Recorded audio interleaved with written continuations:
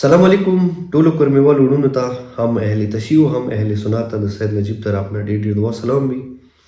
د ویډیو پیغام هم اهل تشیع او هم اهل سنت وروڼو ته ورکوم. هغه نه مخکې یو وړوکی غوندې کې کلیپ تاسو سره شیر کوم.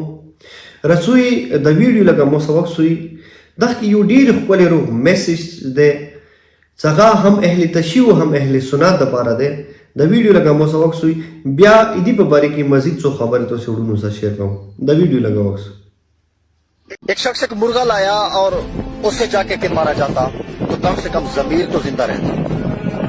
ये जो मैंने बोलने का समझौता कर लिया ना, मारा तो अब भी गया हूं जब मुझसे कुछ ना हो सका। तो मारे वो लोग भी जाएंगे जो इस गलत फहमी में है कि अभी हमारा नंबर नहीं है। बोल के मर जाएं, कम से कम जमीर तो जिंदा रहेगा. نجی کورمیوال وروڼو ویډیو به تاسو ولیدلی وي. یو ډېر ښکلی روغ سبق ورکوي دی که موږ لږ سوچ فکر وکړو. یو ډېر ښکلی روغ میسج و که دغه میسج نه لږ موږ تاسې غور و فکر وکړو. موږ د های روز کسو چې د موږ کوم حکومت دی. اول خو زه داسې وایم چې کوم ملک یا کومې علاقې چې حکومت نه وي، کومې علاقې چې مثال د سیکیورټي فورسز نه وي، هغه ملک هغه علاقه همیشه دپاره تباهۍ سره مخامخ کیږي.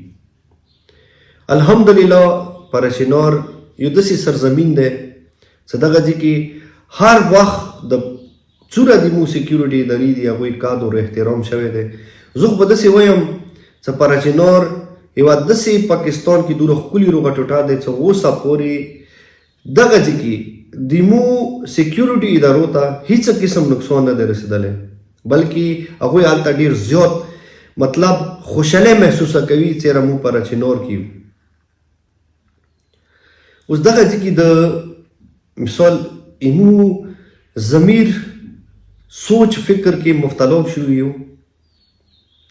چې حکومت مو ته وویله چې تاسې یوه معاهده وکړئ، هغې معاهدې په تحت انشاءالله په رچینار کې به مو امان راولو. او کې تاسو ټولو ته پاتې دی چې 14 نقاط باندې یوه چې کومه دی معاهده وشوله.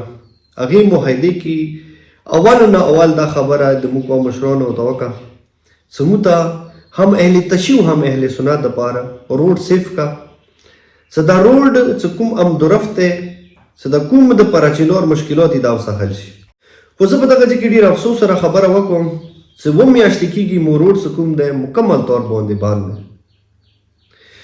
نه د ما مریضان تللی شي، نه د ما د سکول چې کوم سټوډنټیان دی هغه تللی شي، او نه د ما هغه مسافران چې هغوی غریبانو لکونو نقصانونه کېږي هغه غریبان نشي تللی. که چیرې کوم یو کس هغه په دغه روډ لاړو د هغه بیا کور ته جنازه لاړه دی، هغه کس صحیح سلامت بیا نه دی رسېدلی.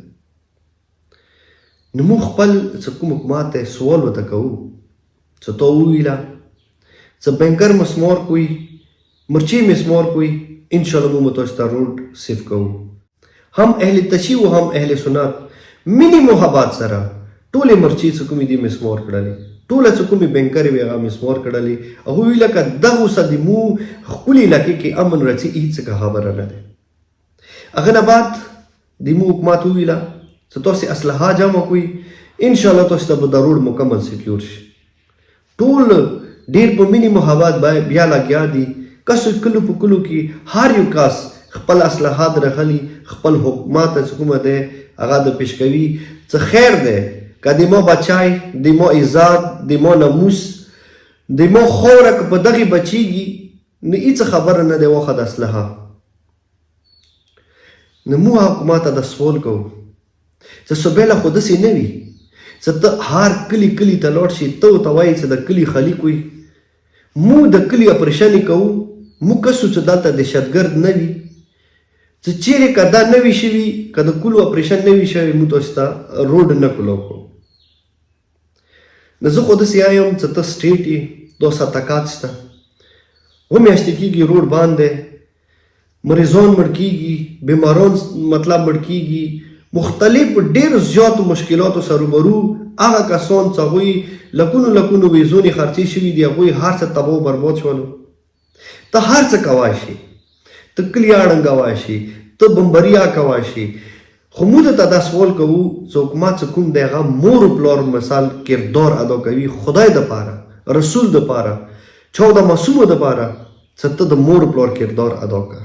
بس ضرور مو ته کلاو که چې مو هغه بیماران چې هغه غریبان د زندګۍ و مر حالاتو کې پرته دي، هغه په هسپتالو کې پرته دي، چې هغوی ته ویلي دي چې تاسې علاج دپاره لاهور ته لاړ شي، پېښور ته لاړ شي، اسلام آباد ته لاړ شي، مګر هغه صحیح طریقې سره صحیح سلامت دلته راشي چې هغوی علاجونه وشي. او کوم هغه مریضان چې هغه یا په ایمبولانس په ذریعې یا په هلیکاپټر په ذریعې دلته راغلي دي، په میاشتو په دې انتظار دي چې مو علاج کمپلیټ شوی دی، مو صحیح سلامت خپل وطن ته لاړ شو، ما که هغه صحیح سلامت خپل وطن ته لاړ شي، ما که د ما عزت محفوظ شي، ما که د ما بچي محفوظ شي، ما که ما تعلیم محفوظ شي. آیا که تاسې لږ سوچ وکړئ، فکر وکړئ د پنجاب کې مطلب سند کې همداسې مختلف نوره چې کوم د پاکستان هغه علاقې دي هغوی کې تعلیم وکړئ، هغه کې امن وکړئ، هغوی کې مثال تاسې وکړئ خوشحالي وکړئ، آیا هغه علاقه د خوشحالۍ قابله نه دی؟ آیا هغه د جنت مخای ټوټه هغوی د مینې محبت قابل نه دي؟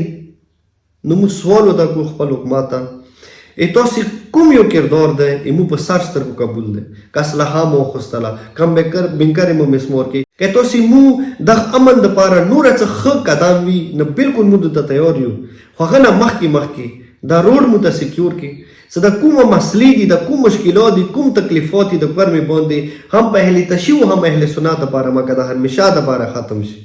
د کوم یو مطلب د خپلو منځو کې د موږ کې نفرت نوتی شوی دی مګر د نفرت ختم شي. هلته امن راولوي، هلته سکون راولوي، هلته د انسانیت څخه مینه راولوي خدای دپاره. نو زه امید لرم چې ما د کومې پاکې ادارې دي هغه ادارې چې هغه په خپل وطن باندې، په خپل علاقې باندې، په خپل سرزمین باندې خوږېږي، انشاءالله د مخکلي سرزمین باندې به هغوی همیشه دپاره امن و امان قایم کوي. هغې ښایسته علاقې کې به یو داسې ښکلي ورورولي جوړوي چې هغه همیشه دپاره قایم و دایمه شي.